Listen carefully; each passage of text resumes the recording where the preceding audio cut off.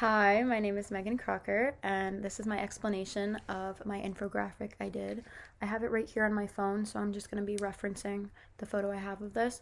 I did my infographic on ending overdoses. I'm very, very, very passionate about that from things I've been through in my past, people I've lost to overdoses. So I chose a topic that I'm passionate about, that I care a lot about. It made it a lot more fun to do the research on it and to really look into the articles because I care so much about it on my own in general. So I started with the numbers where I talked about statistics and how it really affects the youth. A lot of people don't realize that it affects the youth, but it really, really, really does. And there was a study that was done involving youth specifically, where they found the increase in children ages, I think it was 0 to 10, and then 11 to 14 had even a bigger increase. So it really affects the youth. That was something important to me to talk about and just to have statistics there to back up my information. My second one was medication assisted overdoses, and that's another kind of touchy part of it that a lot of people don't understand. You can be prescribed medicines and get even, I don't want to say more addicted, but it's easier sometimes to get addicted that way because they're prescribed to you. So you feel like it's okay to take these medicines. You're being monitored by a doctor and all these things, but it also makes these medicines a lot more easily accessible. So in that part, I just really talked about how I think I mentioned how doctors are trying to still be able to give these prescription opioids while maintaining the level and amount of overdoses that happen because of them. Then I talked. Oh, I'm so sorry. I talked about the severity of overdoses and how Donald Trump actually had declared it a national emergency, or I think he called it specifically a public health crisis. I think that's what he had called it. And then it became a national health emergency or a national emergency just because of the severity. It's gotten so, so, so bad, and it's worse in some states more than others. But I talked about that most national emergencies, when you think of that, you think more of like a pandemic, not an epidemic. A pandemic, so like COVID-19 or swine flu, Ebola, things like that, and also weather. Those can be declared national emergencies as well, or you're in a state of emergency. A lot of it doesn't have to do with drugs, which is very unfortunate because I mean it's fortunate now that it's finally declared as one, but it hasn't been in the past. So it was very important to me to speak about the severity of it and that it is now finally declared a national emergency and a public health crisis. I feel like that's a really big cry for help that people should pay more attention to. The next part I did was the prevention.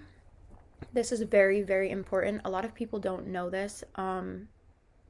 There's a medicine and it's called naloxone, or also goes by Narcan, and those are the reversal medicines for an overdose. They're the leading reversal medicine to reverse an overdose right now. If one were to happen to someone, you can be certified. I'm certified to administer it. I have it on me at all times, just in case anyone around me. I'm at that age where people are constantly partying. We're in college. We're young.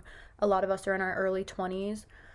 And when you're around people like that, you never know when someone's going to overdose. You never know if you'll see someone on the street that's overdosing. And I would not want to be a person standing there watching. I've been one of those people that was affected, and I didn't need that. Luckily, I didn't need a reversal medicine, but that's a really big thing right now that a lot of people, I don't think they realize how easy it is to go and get certified. I got certified for free from End Overdose, which is an amazing nonprofit. And then on top of getting certified by them, they also send you the Narcan and naloxone. I got sent naloxone living in Connecticut. So they're based in Los Angeles. They can't send Narcan, I think, through airmail. I don't know exactly how it works, but they send it to you. You pay them $8 for all the stuff they give you. I got my syringes, I got the needles, everything I needed for it. And it's totally worth it. But the downside with naloxone is that it does not reverse the effects of fentanyl. And fentanyl is one of the deadliest drugs out there. I believe it might be most common in overdoses, like lethal overdoses. So that's what that part talked about, that it is the prevention, but doctors are looking more into how naloxone, because it doesn't treat fentanyl overdoses, how to combat that issue more so. And the last part was our doctors helping.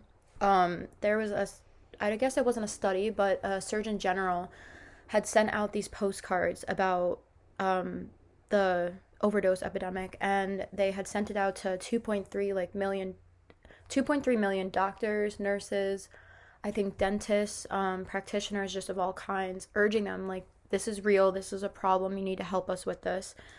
And I think that's really important because when you're looking, especially at an infographic about overdoses, I think, it's a common thought to think, what are doctors doing about this? They're the ones that are prescribing these medicines. Like, they're the medical professionals you would go to, aside from rehab, to get help with it.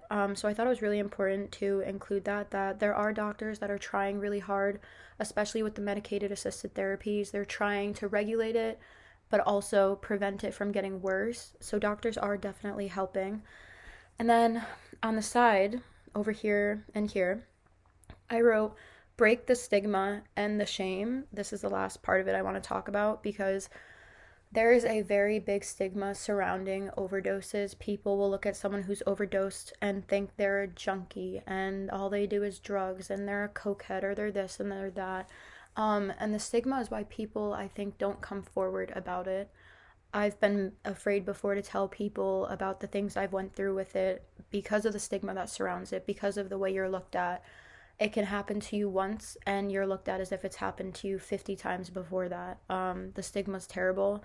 I think that's why a lot of people don't ask for help until they have no choice but to accept the help, which most times is rehab, which isn't a bad thing. But if the stigma wasn't there, I think people would be a lot more inclined to say, I'm struggling with this, I struggle with drugs, please help me with this problem, even in the workplace. I know it's another big situation too. And then ending the shame. The other part of it is that with the stigma comes a lot of shame for when you do have the courage to tell someone, I struggle with drugs, or I've had an overdose, or my parents have overdosed, or my cousin, whatever. There's a lot of shame that comes with that, not only from the person saying it's happened to them, but the shame they receive as well from other people. I don't like it. I don't stand for it. I don't think it's very fair because you never know what led that person to do the drugs they did or what led them to have an overdose. They could have been laced. Their cup could have been roofied at a party. Like, you don't know what led to it. The shame also makes it really hard for people to come forward and get the help that they need to end it, and to help end more and more overdoses from happening, or prevent them, I should say. But that is what my infographic is on. I'm very proud of it. I think that it's a super, super important subject. And talking about it, I feel like it's just helping break the stigma more. That's a big goal of mine with it, is to just break the stigma and let people know that it's not shameful to overdose. It's not shameful to have struggles like that in life. We should support people that go through that and help the people that are willing to be helped and accept it. And I hope people learn a lot from my infographic.